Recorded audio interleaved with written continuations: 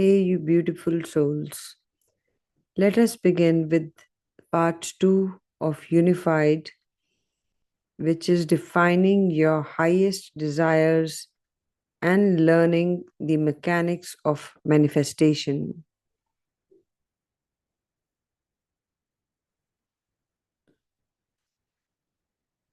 Ninth week, claiming true desires. By now, your 15-minute quiet periods are easy and natural for you. If it is comfortable, you may now do more than one a day, and each period can be for a time that seems right for you. Here's a word of caution. However, these quiet periods are such serene, delightful times, you don't want to lapse into them and ignore your other activities.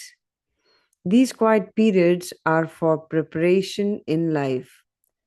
Spend a short time making contact with your higher self. Receive the energy and knowledge you have there, and then carry it into dynamic activity. Each quiet period from now on is to begin with these 7 simple steps. Sit comfortably, eyes closed, and focus on love pulsating from your heart to all of creation. Clear your aura of all uninvited influences and send light to all thought forms around you.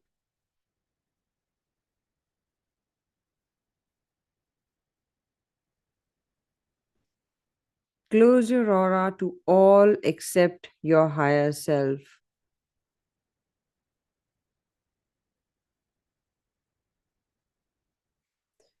Unify with the qualities of God by thinking of some of the God's qualities and recognizing those qualities as your own.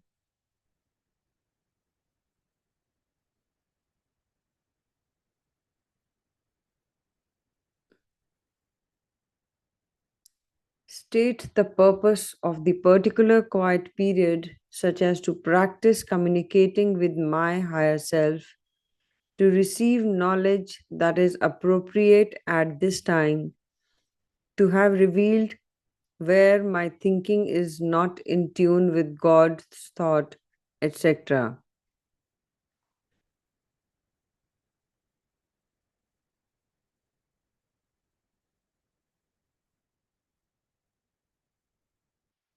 Receive the signal from your higher self and keep that signal with you for the entire period.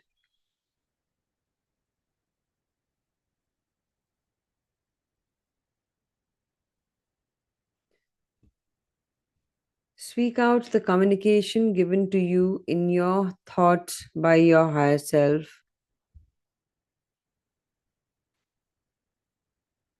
By now, you are quite comfortable with your other daily practices.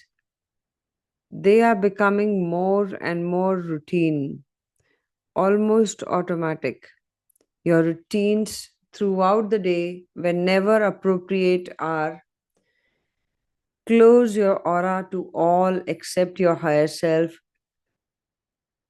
Whenever you go into crowds, near illness, or into any negativity, close your aura whenever you receive your uninvited influence signal, whenever you have a very strong thought to do so, and whenever you feel symptoms of the influence, such as irritability, exhaustion, temper, or moodiness, and then send love and light to any thought forms around you.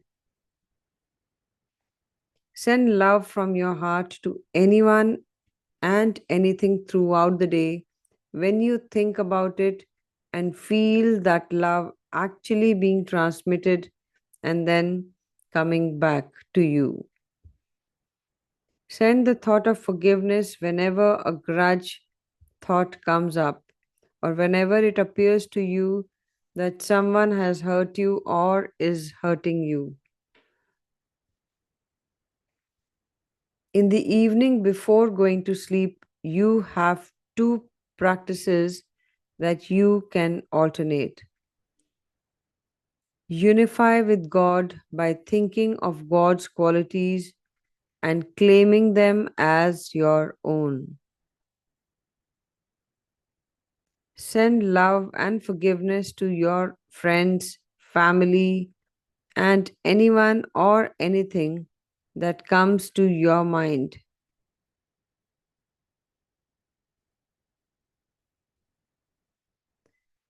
These practices during the day will take none of your time. They are just thoughts. You think all the time anyway. Now think these loving, healing, safety thoughts instead of the ordinary chatter you are used to.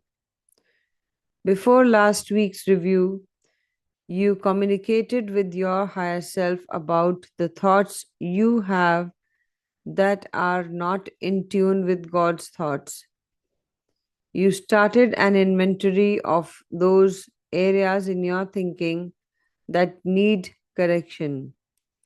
Soon you will begin a very sure, safe way to correct your thinking, conscious and subconscious. This week, you are going to start another inventory, an inventory of your desires. What is it you want to experience?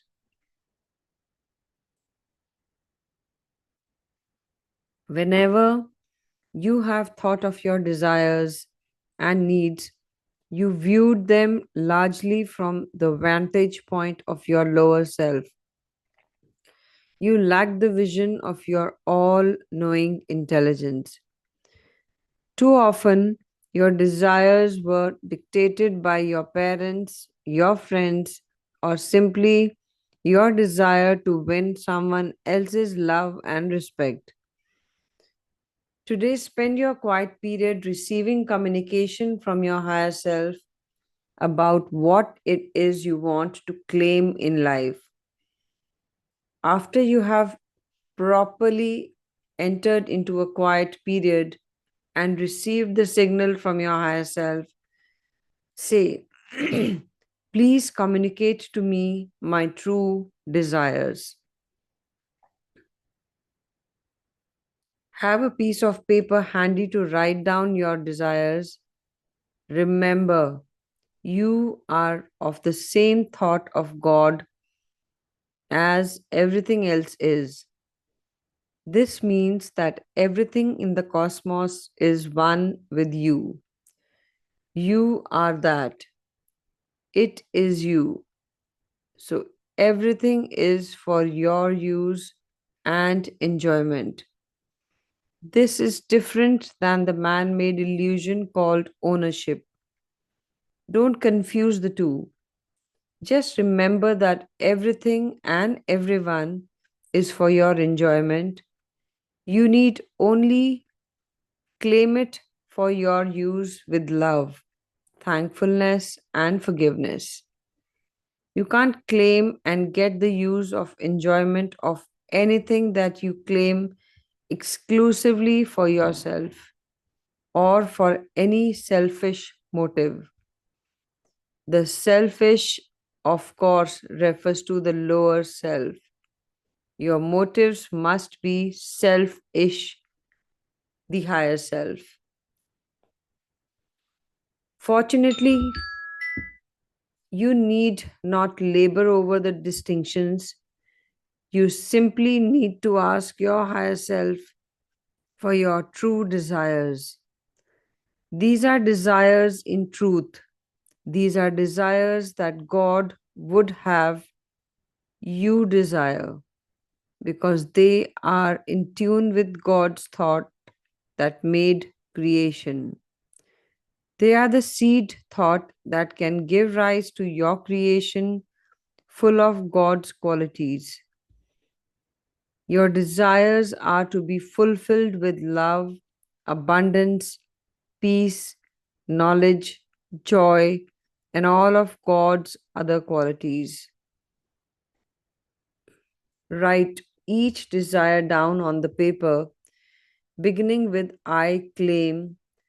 Write only in the present tense.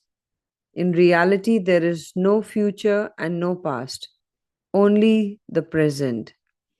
God is everywhere present, omnipresent. He is neither omnipast nor omnifuture. When you think of the past, you are simply imagining what might have happened. It is a creation of your limited perception and memory. It is an illusion of the illusion. The future is also your imagination that the past, as you think it was, may repeat itself with some variations. While you are busy dreaming about the past or the future, you miss the present, which is the only true reality you have. You can claim some specific desires so long as you do not claim to interfere with someone else's free will.